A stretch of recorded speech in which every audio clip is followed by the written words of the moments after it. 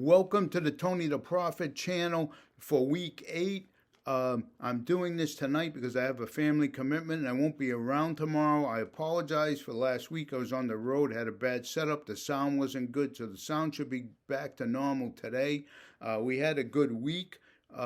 We went 4-0. I had Cleveland minus 2.5. Check. I had New England minus 7. I predicted the exact score, 31-13. We had Kansas City minus 11.5. They won handily. And then we had Seattle minus 3. They gave up a weird defensive touchdown to Houston, but they did cover 27-19. So we were 4-0. It was a good week. I compete against the folks on Game Day View and NFL Network. That's a good show. Watch that every weekend. They predict every game and give the scores. And Cynthia does a million computer simulations, so you're getting a lot of data there. So, anyways, I'm beating them for the year, and I was 11-4 last week, and I keep my pad against them. And on the far right, you can see anything in yellow on the far right is against the spread win. The column next to it is just the wins. Anything in yellow is where a person got it right. So on the other columns, it's straight up against the spread. So we had a good week. 6 teams on bye. I don't know if we could do as well this week, but first game. Before I get going, I have to apologize to Kansas City Chief fan in the comments. He was, and he's right. I was getting on that the fact that the Chiefs have the benefits of the refs, and that maybe intimating that's how they do well. The only thing I will say, I apologize to this gentleman. I appreciate the feedback, good or bad. Right now, the Chiefs are the team to beat. Rice is back. Mahomes is playing out of his mind. They don't have a big rush game, but he's throwing 2 to 4 touchdowns a game. You got Andy dreaming up the plays. They're a good team. Now they're complete with all their players. Spags D is unbelievable. So they got to be the favorite for the Super Bowl right now. So, again, I apologize to the fan. I get a little passionate. I get a little carried away if I tell it like it is. And if I see something, Italian blood gets going. But anyways, and speaking of calling people out, I'm calling out Shane Bowen for the disgraceful showing of how do you give up 33 points to the Denver Broncos in the fourth quarter. The Giants had, let's put it this way, Denver had less than a 0.7% chance to win that game going into the fourth quarter. So just disgraceful. Why he wasn't fighting on the plane going home is beyond me. But, Giants unbelievably could be 5-2, and they're 2-5, and they're going to lose this week. They'll be 2-6, and it'll be another same old Giants here. So, anyways, that's an issue for Mara and these people that they don't have a clue. But anyways, first game, New England minus 7. This is basically a matchup of the Pats offense, but their strong run D, and Cleveland is a team that relies on their run. As you saw last week, Judkins had the 3 touchdowns. He didn't hit the yardage prop. I thought he'd go over the yardage prop, but he didn't. So I think Cleveland's in trouble. They don't play as well on the road, especially their defense. So they have an anemic offense, and Pats. Cleveland's 30th in points scored, 16. Pass yards, 30th, 178. Rush yards, 93, which I'm surprised given that Judkins, but that's kind of just of late. Pats, on the other hand, scored 26 points a game. They're 9th in yards per play, 5.72 yards. So they're getting almost 6 yards a play on average. Great on first down, makes it easy on the other down. So, if you look at the spread issues, New England's 5-1 their last 6. They're 5-2 this year. Cleveland 3-10 against the spread their last 13. New England's 9-1 straight up last 10 versus Cleveland. That goes over a bunch of years, so that that may not matter. But in the final analysis here, New England's the better team. They're at home. and I got them winning 28-16. The next game we'll go to is Baltimore. I'm taking Baltimore minus 6.5. Maybe there's some sevens out there. I bet it early. Now, Baltimore scares me the way they're playing. They're a 1-5 team, but this is Armageddon for them. They're coming off the bye. Lamar is back. They have to win this game if they want any chance. And they have a soft schedule. They can get right back in to the mix, given that, especially the way some of the other teams, other than Pittsburgh, have been playing. So they, if you're going to take a look at Chicago, okay, Chicago's 4-2. And I believe they're 4-2 against the spread during that time. But you have to look at who they beat. Okay, they beat the Saints. They're 1-6. They beat the Commanders with 3 turnovers and only won by a point. They beat Las Vegas by 1 point, and we know how bad Vegas is. You saw they got shellacked last week, got shut out, and the last game. And they beat Dallas, who has the bad defense, and that was earlier in the year when I don't think they were humming as good as they were in CeeDee Lamb. I can't remember if he was out for that game, but so I think it's a big day for Henry. And the other big thing for the Baltimore, you saw in the game before the bye, they held the Rams to 17 points, and they were right in it. It was very close throughout the whole game. And you saw what the Rams did. They went to London and spanked Jacksonville, who had 4 or 5 wins. So 35-7. It wasn't even a game. So that defense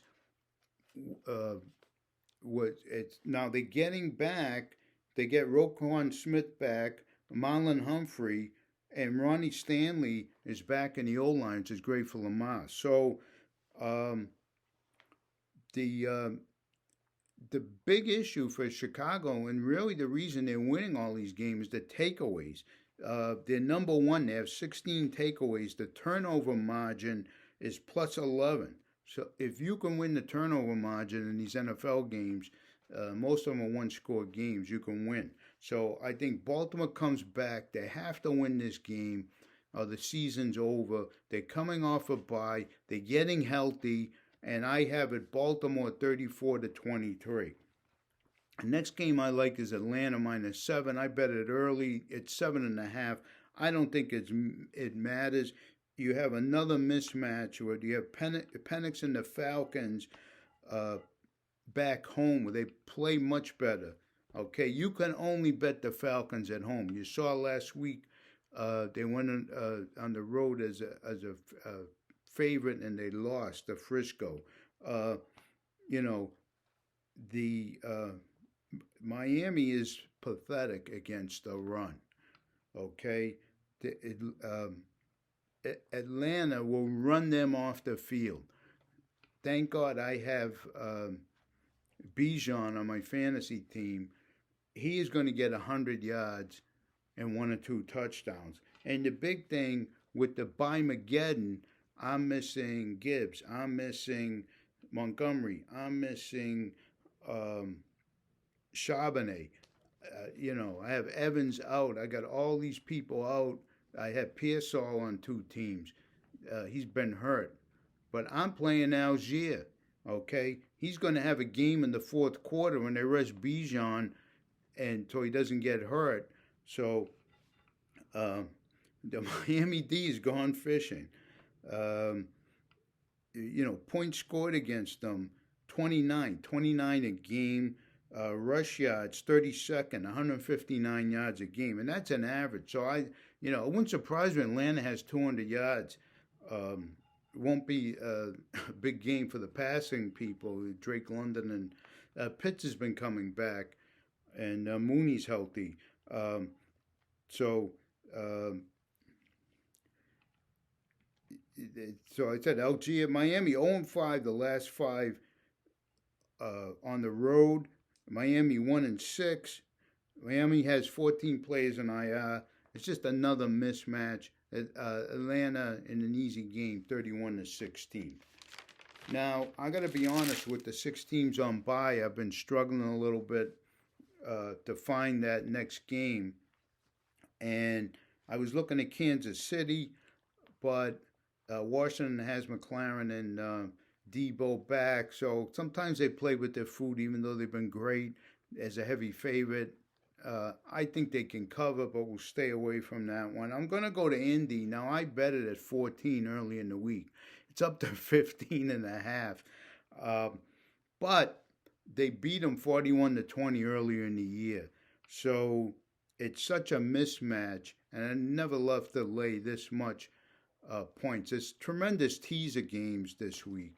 All these teams favored by 7, 7.5, 6.5. So you can even tease this down. But Indy offense, number one, scoring 33 points a game. Fifth in passing, 250 yards a game. Seventh in rushing, 130 yards a game. Taylor will go crazy against this porous Miami run defense. Okay? Tennessee run defense.